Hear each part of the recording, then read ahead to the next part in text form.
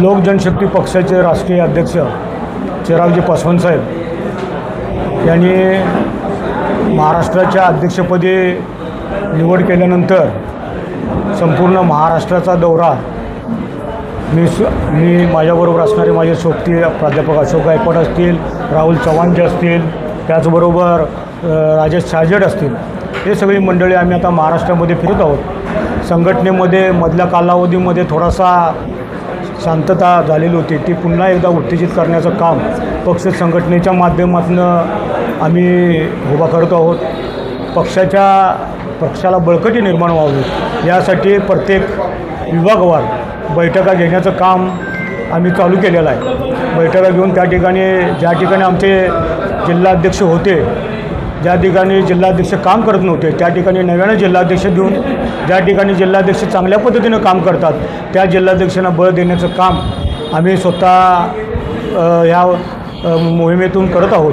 महाराष्ट्रभर दौरा करत असताना पक्षाच्या भूमिका लोकांच्या समोर मांडून पक्षाच्या भूमिकेबद्दल लोकांना पाठिंबा मिळावा यासाठी संपूर्ण महाराष्ट्रभर आम्ही या निमित्तानं फिरणार आहोत.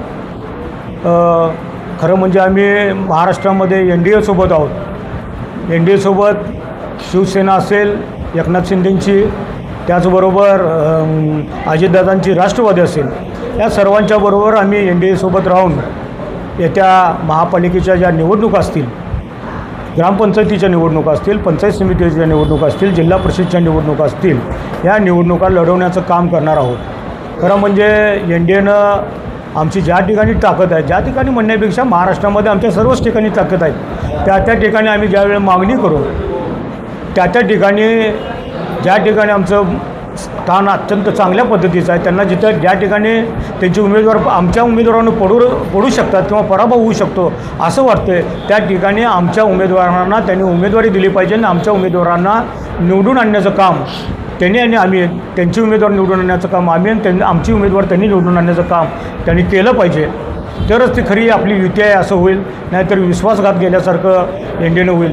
भविष्यामध्ये आम्ही त्यांच्याशी प्रदेशाध्यक्षांशीही बोललेलो आहे, भारतीय जनता पार्टीच्या आणि बाकीच्या अजितदादांशी आणि एकनाथ शिंदे साहेबांशी पण आम्ही बोलणार आहोत. आणि NDAमध्ये ज्यावेळी एकत्रितपणे निवडणुका लढवण्याचा निर्णय होईल त्या प्रक्रियेमध्ये आमचे लोक सहभागी असतील आणि निवडणुका आम्ही एकत्रितपणे लढवू.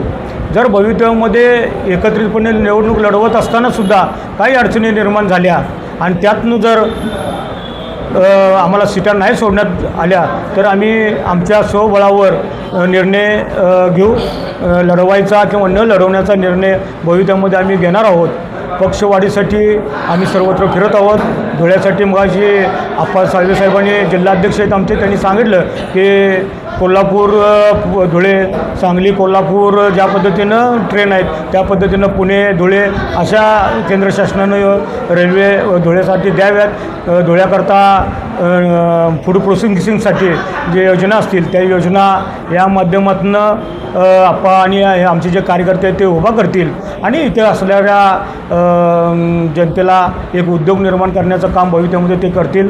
आपण पक्षाच्या वाढीकरता सर्व पत्रकार बंधूंना आम्हाला सहकार्य करावं एवढंच मी या ठिकाणी आपल्याला विनंती करतो.